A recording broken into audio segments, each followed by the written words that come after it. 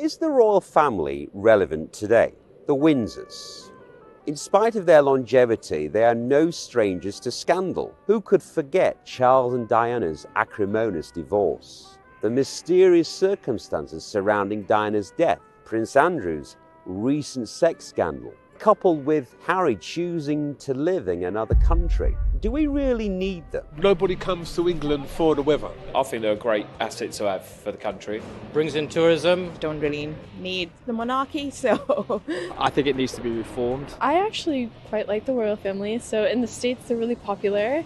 We don't have anything like that there, so we kind of like to see what you guys are doing here. People flock here by the thousands to see the royal family. I like Harry and Meghan. The gossip doesn't hurt either. I'm not very keen on them, to be honest. It's part of this society. It's also part of the way the democracy works. I watched The Crown on Netflix.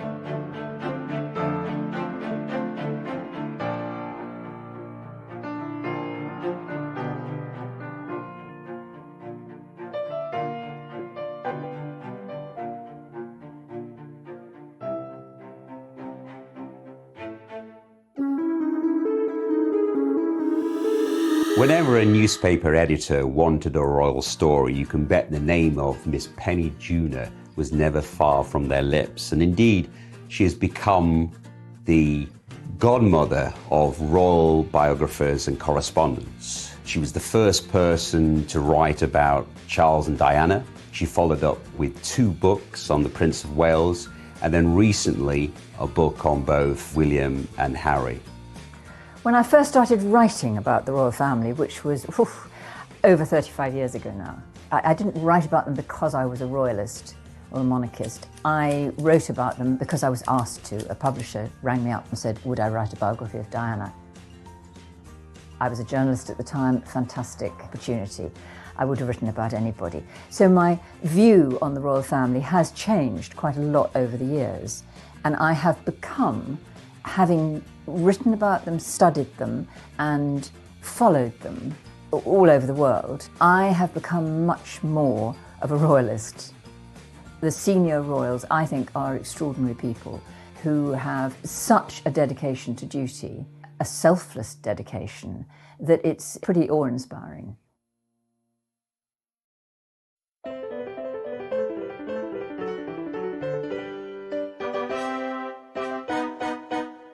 You know, he's a very funny guy, and he's very charming, and he's very impulsive as well.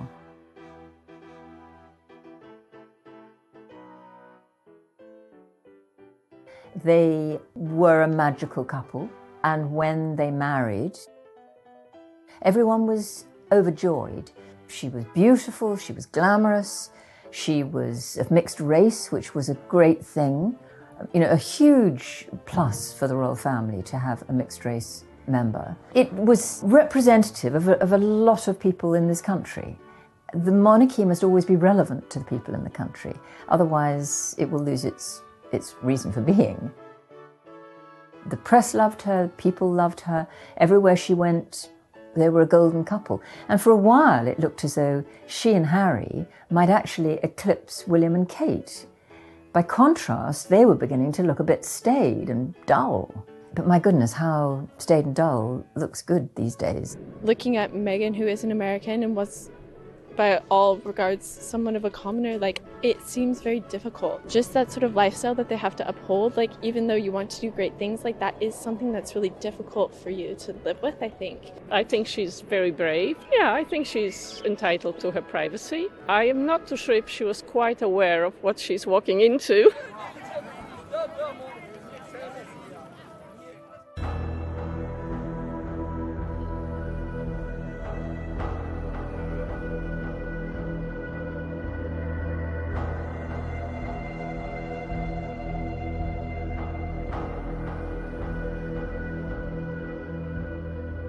Personally, I don't think it's Harry. I think it's Meghan who's probably suggesting they go over there. I don't know. I think history will tell how long they stay over there for. I think Harry might come back.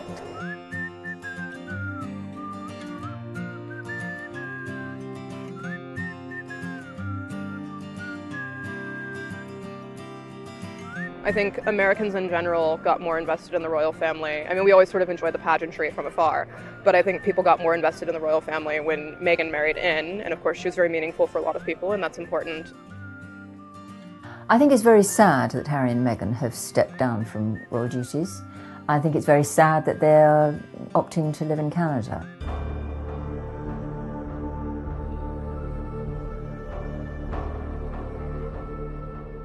They obviously want to get out of the public eye in terms of the public duties, royal public duties, but what they do have is quite a successful brand there, so I can see them going to America or to Canada and doing very well. The fact that he's left the royal family, that takes some bottle. I guess I've got a bit of respect for him for doing that. They completely left everything behind and they're gonna do their own life. They don't want anything from the royal family and they're doing their own living, which is great. Well, it hasn't been very clear about why they've wanted to move. That's the whole problem, and that's why there's still decisions that have to be made. I don't see any reason that they shouldn't do it if they want to do that. They were treated horrifically by, I think, the British media and tabloid media over here.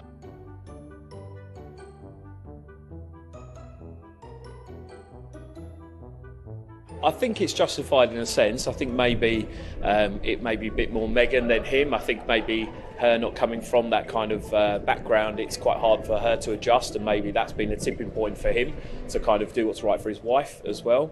Not sure about his comments where he said he's going to go through a transitional period of being able to stand on his own 2 feet financially. I think he could probably do that straight away. We have lost them. I mean, I would hope it's only temporary. I think the press have always been very intrusive in his life. But, I mean, people in the public eye always have a dual-sided sword of how they deal with the press. The UK press is, in some scenarios, just vile, really. The amount of pressure and harassment that they put on to not just the royal family, celebrities in general. All of them will be hounded by the press. And I'm sure that memory of his mother at such a young age, and all you ever hear is about the press. And we could all see it. Wherever she went, there were thousands of them. And of course it's going to happen to Meghan. I don't think any of us really know why Harry and Meghan have gone. They talked about negative publicity, that Meghan said famously that it's not enough just to survive, you have to thrive. My sort of private theory is that Meghan had undergone a huge number of big life changes in a very short space of time. She had left her country, she'd left her friends and support network, she'd left her family, she'd given up her job, she'd come to Britain, she'd married into an extraordinary family, she'd taken on a new job, and she had a baby. All of this in under 2 years. And I think she was struggling. The British press have a very nasty habit of building characters up, putting them on a pedestal, and then knocking them off it again. When they were out doing their job, they got fantastic publicity. It was what the negative publicity came from were things like the baby shower when Meghan flew across to New York for a hugely expensive party.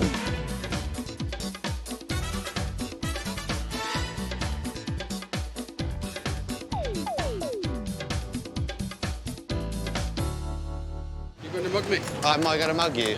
Is that gorgeous or what, eh? And I believe I can run a decent marathon. Thank you very much. Download Veely now. The British are not good about flashing money around.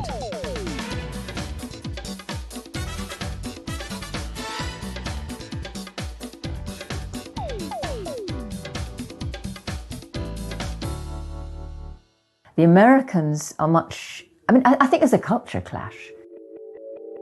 Meghan didn't understand the subtleties of the British monarchy, apart from anything else, let alone the British culture. And she was stuck out in the country. They'd left London. The nearest Starbucks was a good 5-minute drive away. She'd never lived in the country before, I don't think. So I just think she was miserable, and Harry was desperate to do something to make her happy. If a man goes to work every morning, all right, gets up and whatever, what's he doing that for? His family, all right? Just because he's a royal doesn't mean he doesn't want to protect his family any less. I think it's justified, yeah. I mean, that's a lot of trauma, especially for a child. That affects a person, especially in the choices that they make as an adult. And it doesn't shock me whatsoever that he'd want to prevent something like that happening. Not saying that it would, but it probably has passed his mind. All right, it says, look, if you was here and there was like gun shooting going on over there and you was with your family, the first thing you'd want to do is take your family out of that situation. It was horrific what like the tabloid media and Daily Mail and everyone was writing about her, because it was just completely unfair to put her in a position like that, because it was pretty racist. I mean, it's very difficult being a white woman to pick up on what a black woman would regard as racism. I always had a little bit of a problem with Harry meeting somebody that was Hollywood. Don't have the race issue, I don't think that's a problem, but just that somebody that is an actress not probably used to the prying nature of the press in terms of the royal family. They cope with it differently, I think, in America, and obviously she finds it very intrusive. Obviously the British tabloids are notorious, even more so in some cases than the American tabloids, but I think there's a certain deference that maybe exists in Britain that simply won't exist in Canada or the US, I think that's where they intend to end up.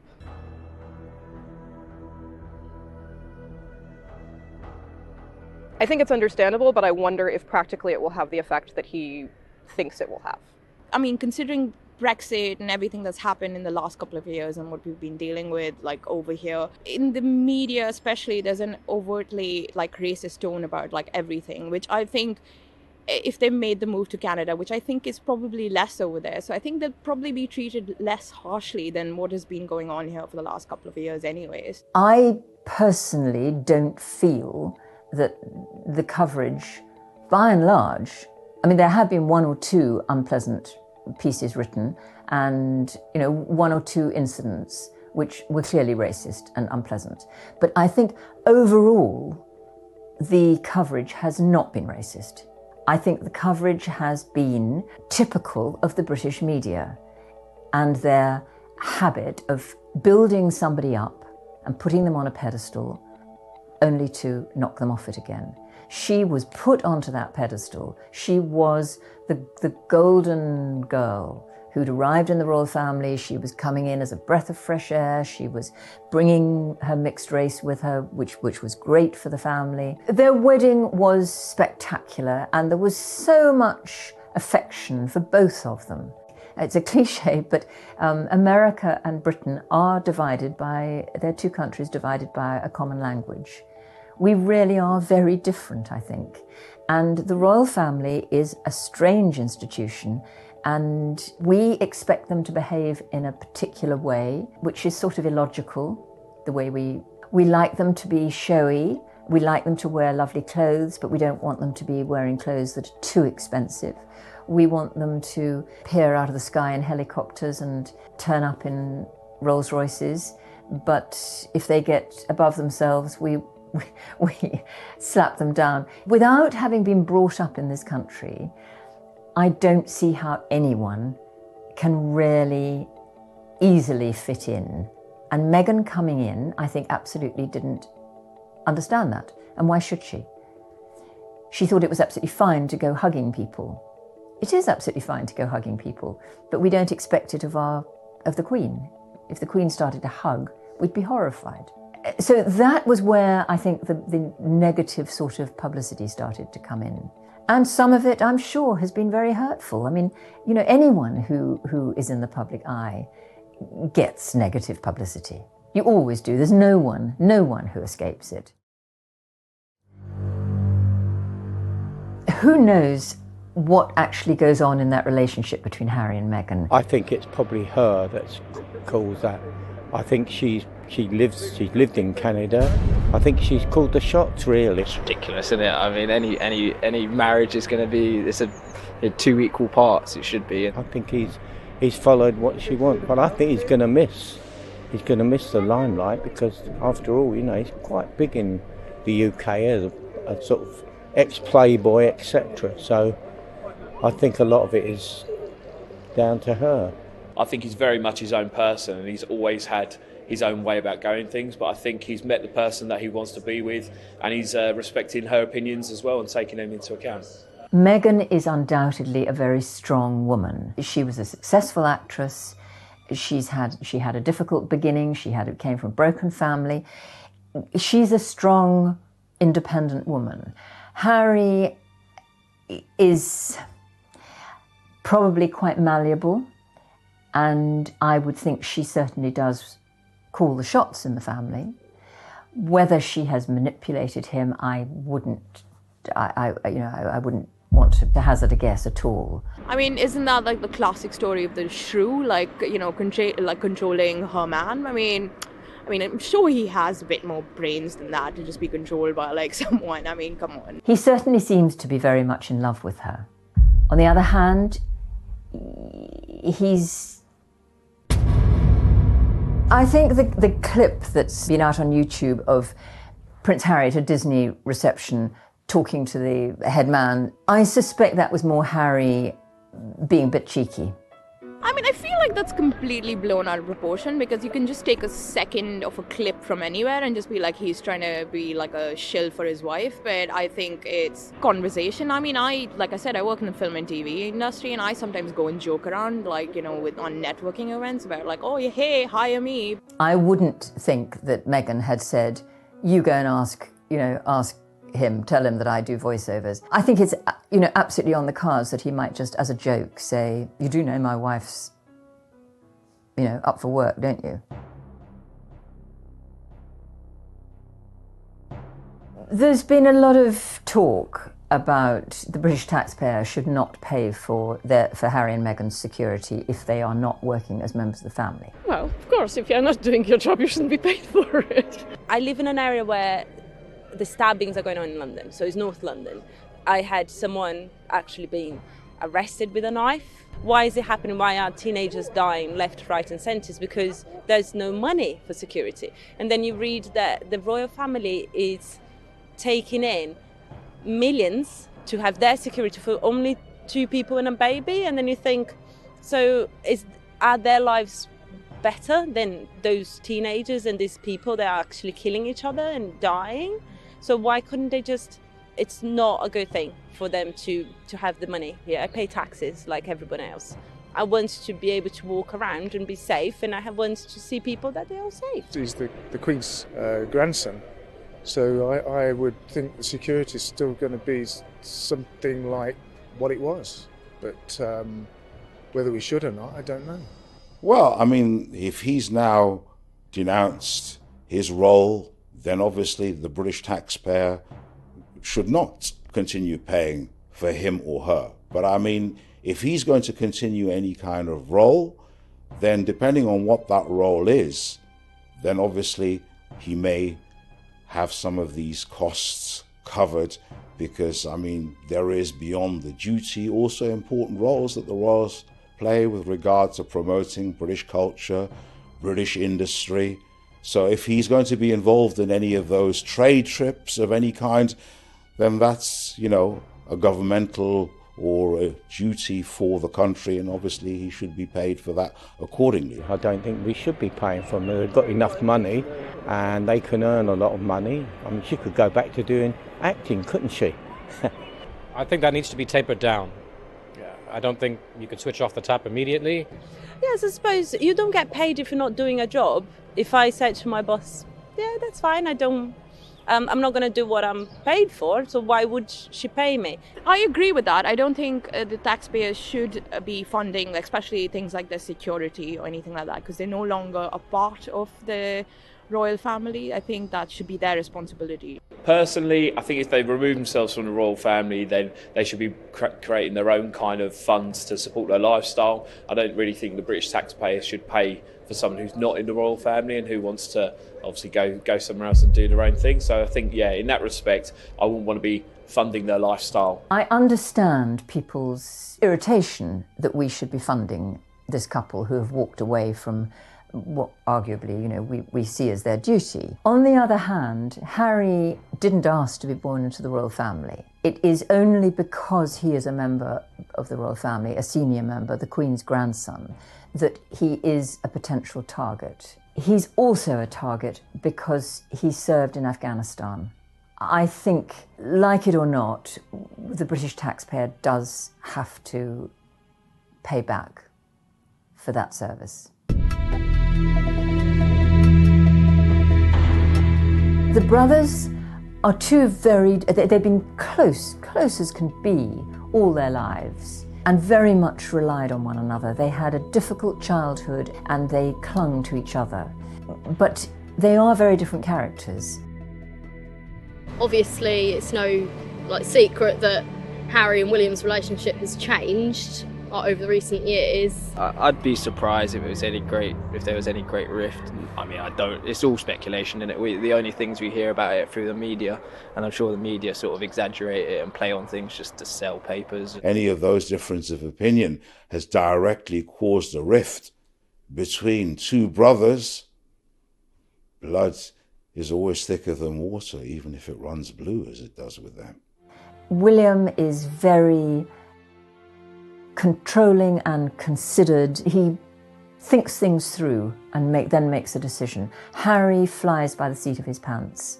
He's very instinctive. I think what was happening is that they were working together for the same charity, and the charity, their foundation, was based on their areas of interest, and they have similar areas of interest. And I think that probably Harry was getting frustrated because maybe something that he wanted to do, William had already taken ownership. I think that's less about, obviously family plays into it because they are a family, but I think that's less about family in the traditional sense and more about duty to taxpayers and where the legitimacy of monarchy comes from. I think if a brother decided to give up a job and move to Canada,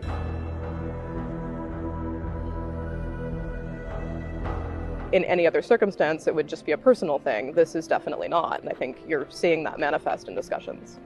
I admire what William and Kate do. I think they toe the royal line very well and will continue to do so. I think he's perfect, he's second in line now, is he, for the throne?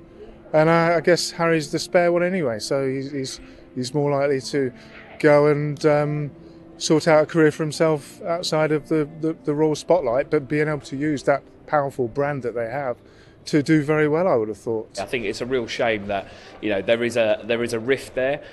You could put it down to either, really. I think it does seem like they're not very close as a unit, as both couples were previously. So I think they always have seemed very, very close. I don't see that there's a personal rift between them. Maybe there's something else around that's kind of shifted their opinion. I actually think that the press make far more out of these things, and I'm sure the two brothers sat down, had an agreement and said, if you do that, I'll do this. Happy days. It doesn't work like the press make it seem like it works, believe me. There's a hierarchy within the family, and there's a hierarchy between the boys as well.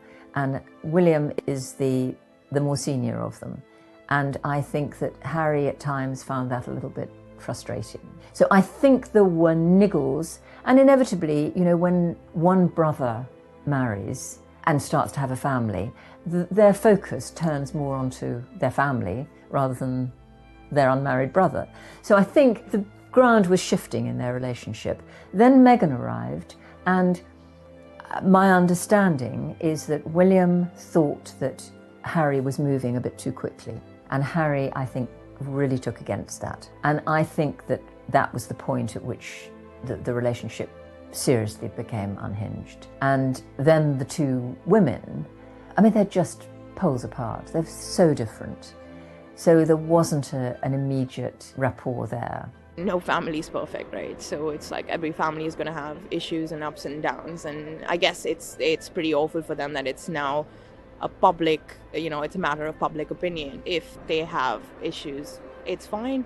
It's such a tragedy that this relationship has gone sour, because it was so close. And people in years gone by, their advisors, their private secretaries, were sort of envisaging a future where William became king, that Harry would be his wingman. He would be there alongside him. I think it's probably an issue of everything, whether it's power, obviously power dynamics, but then I also feel like it might also be personal issues between, it could be like loads of different things. I don't think a rift is necessarily because of one thing in particular. Years ago, there, I think, was a real possibility that Harry might throw in the towel, step back from being a member of the royal family, from being a working member of the royal family, disappear to Africa or somewhere where he started his charity, Sentebale. Harry was a troubled child who grew into a troubled teenager and always struggled with being royal. He was referred to always as the spare, even by his mother. He was the one who was less clever than his brother, less good-looking than his brother, less important than his brother. And he, all of this bubbled away inside him. Then he went into the army, and he discovered he had a talent for flying Apache helicopters. It was something that he could do superbly well. He really was the top of the top. It gave him a new confidence in himself that he had never had before. He found that he had an ability, because of who he was, to raise awareness, to raise money, to make things happen. Had he been playing Harry Wales, that Invictus Games could never ever have been done in the time frame.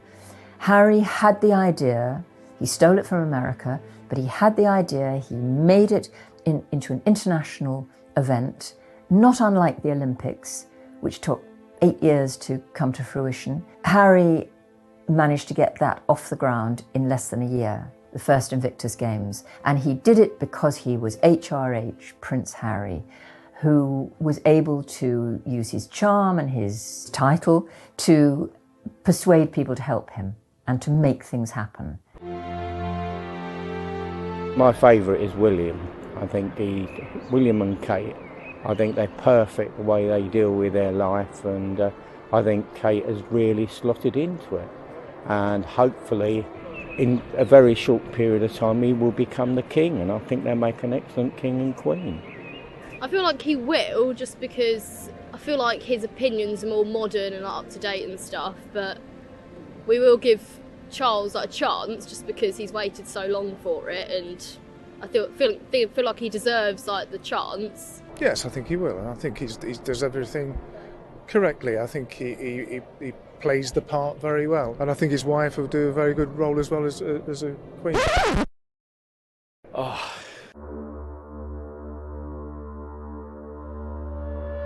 I think that's a really messy situation, and I think he got off probably easier than he should have. It seems like a vile man, really. Yeah, because he's a royal, he's sort of untouchable in a sort of way. Oh, I think he'd at least be talking to the FBI. I think definitely there is and also because it's Prince Andrew and he's had other issues, I think there's a certain, oh, well, it's him being him again, and there's nothing really we can do about it, but we don't want to hear from him anymore. And so the best they can do is kind of cut him off or remove him from royal duties. Basically anyone else, there would be at least an investigation. I don't think that Andrew has necessarily been treated any differently because he's a member of the royal family. The American prosecutors seem to be, or the American lawyers certainly seem to be accusing him of all sorts of things and demanding that he go and face the FBI and an investigation. So they're not exactly sweeping him under the carpet. I think with that, he's definitely kept the wrong company there, and I think his Newsnight interview that he did was a complete disaster. Until Andrew gave that interview to Emily Maitlis, he was a bit part player in a story that was really about Jeffrey Epstein.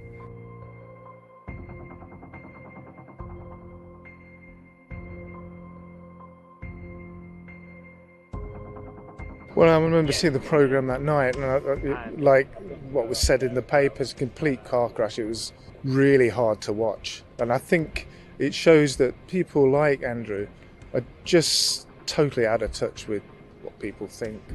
You know, he probably thought just turning up and saying this, that, and the other it would all go away, and he made it far worse than it ever was. Well, bad enough, but you know, it made a bad situation a lot worse. I think that's a much bigger deal than was probably let on here, especially. I don't know how it was covered specifically in UK media, but US media in particular, I think it kind of got swept under the rug. I think it should have been more, honestly, from like my perspective, even just as like a woman. I think that he should have gotten a little bit more than a slap on the wrist. I think he should cooperate with the US authorities, because that came out in the paper. I remember reading that he wasn't cooperating with the FBI, and I think he should, because I think it is like very serious allegations and they should be looked into. Unfortunately, he's made some mistakes. There are so many other people that have made mistakes who are in the limelight and they get away with it. They're called heroes. But he, because of the situation, is not classified as a hero. He's made a couple of mistakes. I don't think he should step down at the moment. No. I mean, a good judge of people is who they associate with, and the people that he's been proven to associate with have proven to be very nasty people. So, yeah. I mean, my view about the whole thing is that Andrew brought this whole thing on himself. Yes, he'd been around, but I'm sure there are many other people who had been around, and he was being accused of sleeping with the underage girl. The only reason his name kept coming up was because he was royal. My view is that he ought to go to America and talk to the FBI or whoever it is that wants his witness statement.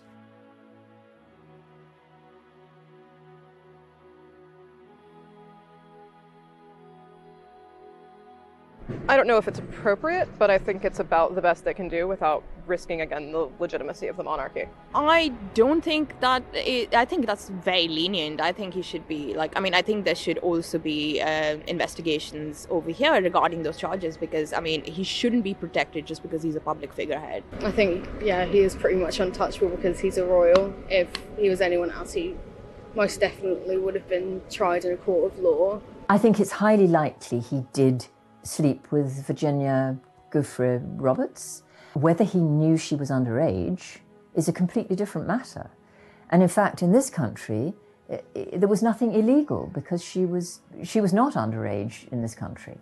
So, but I think, you know, he definitely spent time with Epstein. Epstein sounds like the most hideous character. He was definitely abusing a lot of young girls. And, you know, justice needs to be done.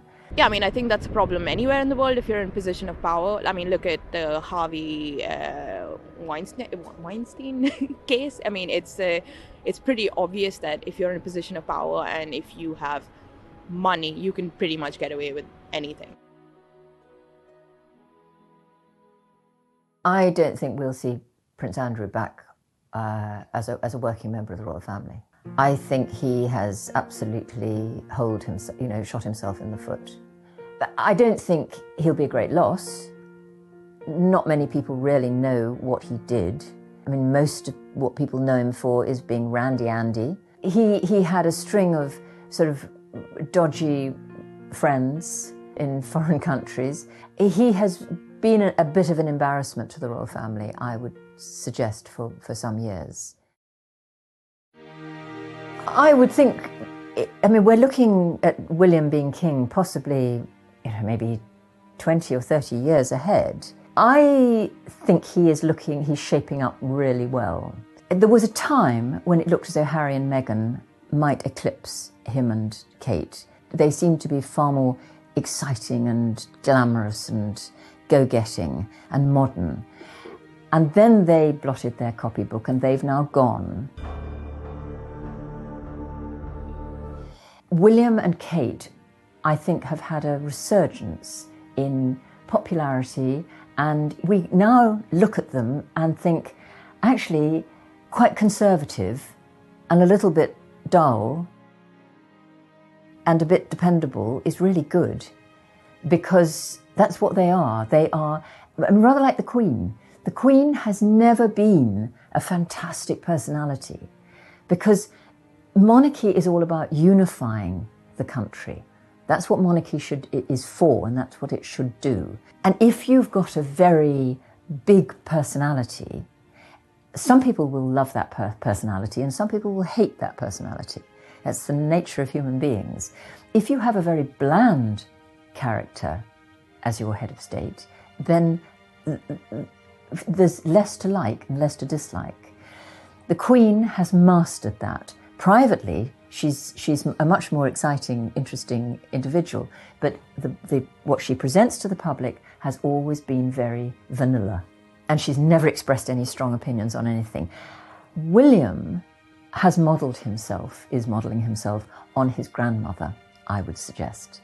I mean, privately, he's a much more exciting man than the one we see, but I think he is modern enough, but not too modern. His heart is very clearly in the right place. He has experienced the real world even more than his father has managed to do. He understands what monarchy is about, and he understands how he can be effective as a member of the royal family, as a future king. And I think he will actually probably be a very extraordinary king. He has very good ideas. Kate is a superb support to him. I mean, one of the problems with Charles and Diana was that Diana became a superstar, and she ran with that. And she outshone Charles. Charles was the one who's going to be king. He was the one who the attention should have been on. Camilla has proved to be a brilliant wife, in as much as she just supports Charles and holds him up for people to see. Kate is doing exactly the same with William. She has not allowed herself the publicity, if you like, to go to her head. When she first appeared, you know, the press would have done exactly to her what they did to Diana. They would have turned her into a superstar as well. I think they might very well have done that with Meghan. The role of a royal wife is to support. A royal consort is to support. The Duke of Edinburgh has always supported the Queen. He could have been a big personality himself. He could have, he was a big guy with big ideas, a great moderniser, but he allowed the Queen to shine. William and Kate, I think, will replicate the Queen and the Duke of Edinburgh.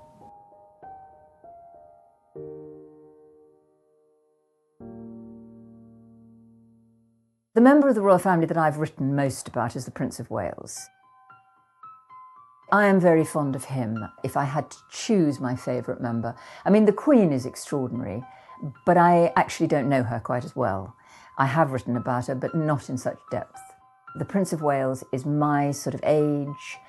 I've grown up with him, grown up observing him, and I have huge admiration for him. He's a shy man, fundamentally, who's had to be out there and to meet strangers on a daily basis and deliver speeches to audiences of hundreds of thousands. It's something which might not naturally he would have chosen to do. But he has absolutely dedicated himself to duty. He was born with a silver spoon in his mouth, and he has spent his life giving back.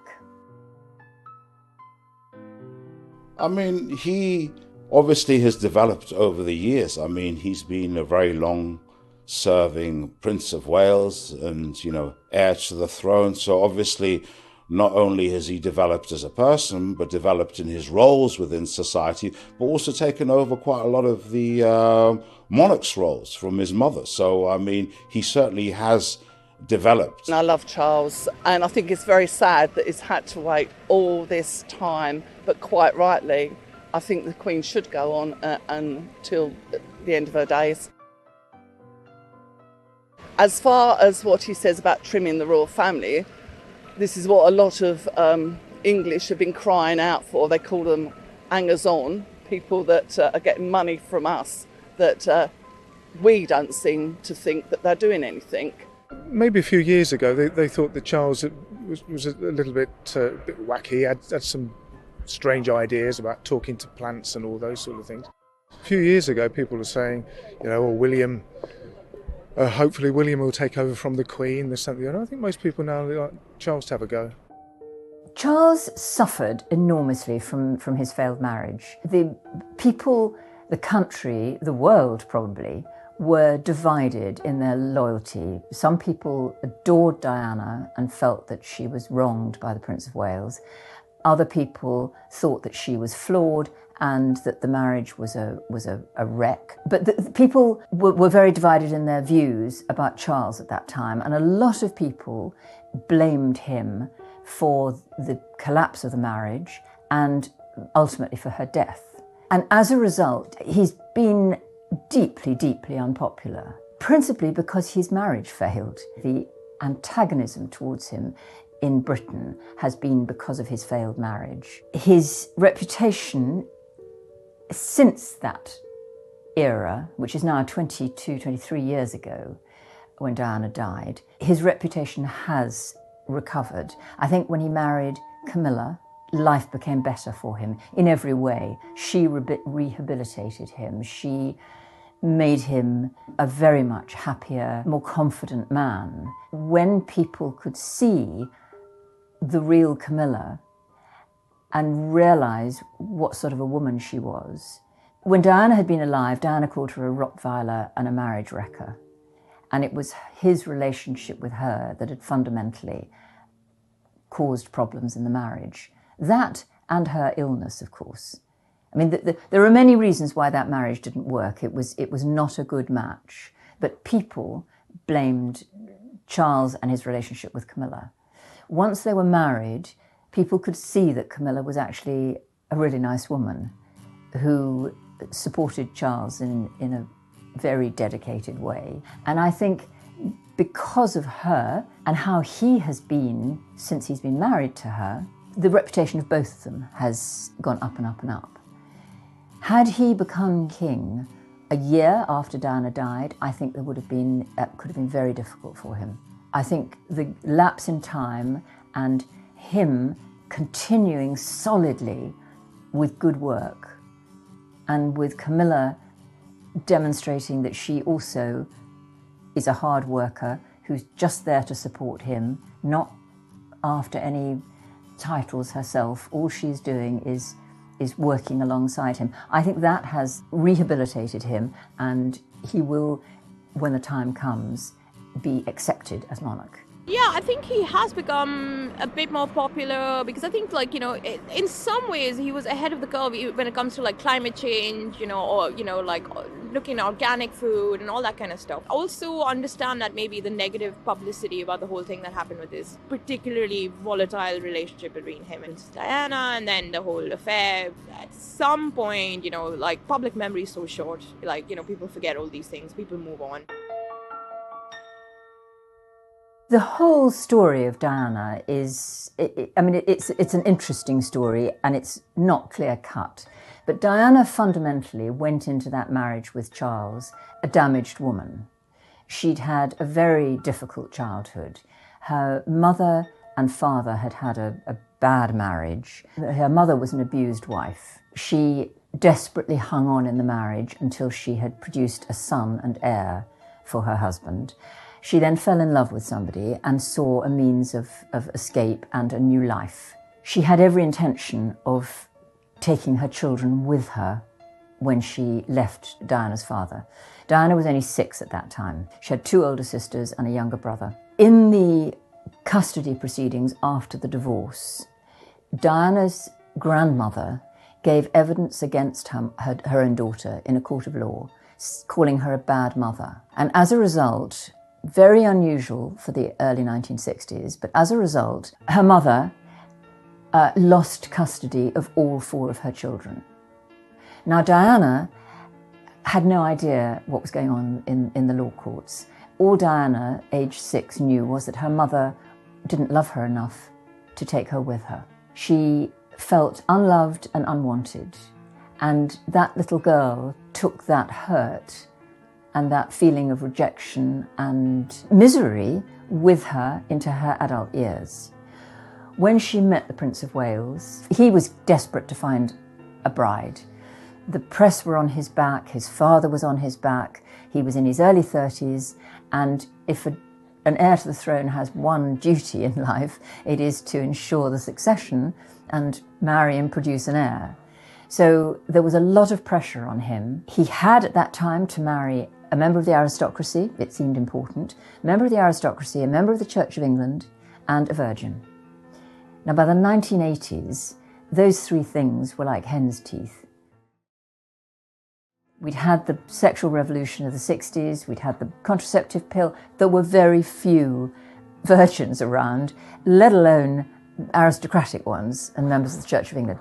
So along came Diana, who appeared to be absolutely everything Charles was looking for. And Diana was very clever. I think she had set her sights on the Prince of Wales years before, when she was a teenager, an earlier, younger teenager, and Charles had been going out with her older sister. She came to a shooting party at Althorp, the country house they lived in. I think this teenage Diana fell for Charles and dreamt, back in her boarding school, dreamt about one day being his girlfriend. So when she met Charles, she pressed all the right buttons, and she told him how sad she thought he'd looked at Earl Mountbatten's funeral. And she touched him. She was very pretty, she was very innocent, she was very sweet, she was very funny. She made everybody laugh. He invited her to come up to Balmoral. She went. It went wonderfully. Everybody loved her. She seemed to love Balmoral. She seemed to love being outside, and they had a wonderful time, and Charles began to think that this might be a possible bride for him. As the months went by, they saw one another, but they saw one another a handful of times. And the press got onto her immediately. During that holiday in Balmoral, a photographer was on the banks of the River Dee, spotted her, worked out who she was, and the press were then en masse outside her flat in London. And every time she left her flat, they charged after her. Her life became absolutely miserable. The long and the short of it is that Charles's father, unhappily, they don't speak in the way that most families speak. They write memos to one another. His father wrote Charles a memo saying, "You've got to make your mind up about this girl. Either ask her to marry you or let her go, because you are going to damage her reputation if this continues." Charles misread the memo, misunderstood it, thought his father was telling him that he should marry this girl, and asked Diana to marry him. It was too early for either of them to have any idea whether this was the right thing. He felt that he could fall in love with her. He felt that she had everything that was necessary. She was an aristocrat, she was a virgin, she was a member of the Church of England. And furthermore, because her father, Earl Spencer, had been an equerry to the Queen and to the Queen's father, she understood the protocol of royalty. She'd been around the royal family, so she wasn't fazed by them. It seemed a perfect match, and she seemed to love everything that he loved. But the reality was she didn't love everything he loved. She was a damaged woman who was trying to be loved. I think if you're going through something like that, especially when it's related to the death of your mother, and, the fact that she was chased into a tunnel by the paparazzi because it was a media-hungry moment. Whether the press killed his mother or not is as much of a conspiracy as who killed her or not. I don't know. It's only speculation, but I would say there's definitely a lot that goes on around the royal family that we just have no idea about. And they're the most powerful family in the country, and the aristocracy in the UK is it's very powerful, and there's definitely a lot of things that go on behind the scenes that we don't know about. Yeah, I hear all sorts of things. I wasn't there. There are so many different speculations.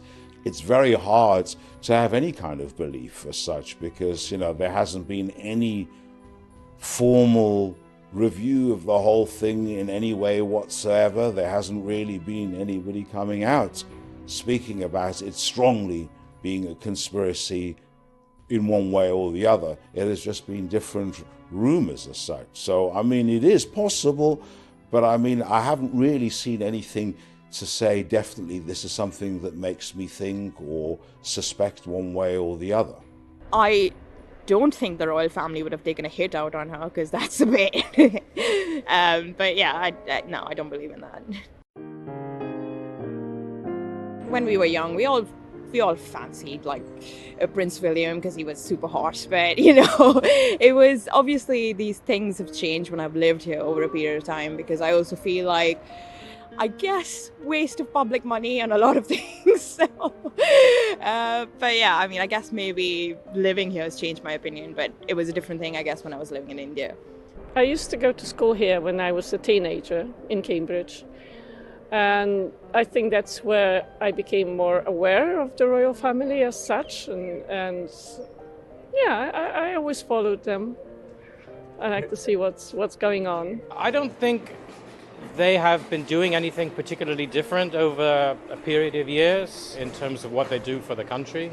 How they're perceived overseas has probably changed because the younger generations want to live their lives a little bit differently than perhaps those of the Queen's generation, and that brings with it more opinions from others who perhaps view any royal family as being very traditional, but these younger people perhaps want to live their lives a little bit differently.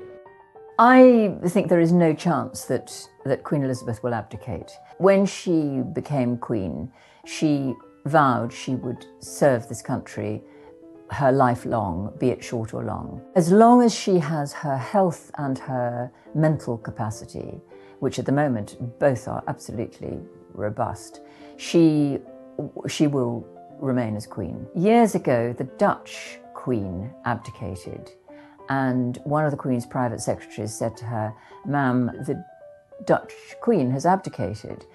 And the Queen scoffed and said, "Typical Dutch." This is not something that she will do. And it's not something I think that the Prince of Wales would want her to do. I mean, sure, he's been waiting a very long time to become king, but he hasn't been twiddling his thumbs. He's been doing some extraordinary work during his years in waiting. And when he does come to the throne, he will be the best prepared monarch that this country has ever had. He may not be young, but he's got plenty of energy still, plenty of get up and go, plenty of ideas, and huge dedication. And, look at his family. His father is still going and he's 98. His mother is still going and she's 93, turning 94 shortly. He could have a good few years ahead of him. I think he will make a big contribution as king. I don't think that's the case. If she abdicates, I don't think it would be for very long anyway. And I think if Charles takes over, probably for a short period of time anyway. He's probably my age as well, so I think it'll be for a short period. Who knows? I think maybe he might stay for a while and then hand over to Prince William. Complicated. I mean, I really like Queen Elizabeth, actually. I didn't care for the monarchy at all before I moved here, and I've become fond. So, just on a very passing level. The Queen. I think she's a wonderful, wonderful person. Very royal, very thoughtful, very dignified, very difficult life for her, I think. I think she's wonderful. I think she's going to stay on forever, really, as long as she's alive. I think that's her view. I think her son Charles has pretty much given up on the job, I think. Only in sort of the fact that, like, as a figurehead, I don't think she should have any sort of powers. I mean, it's very little powers that she has, really, and it's more sort of ceremonial.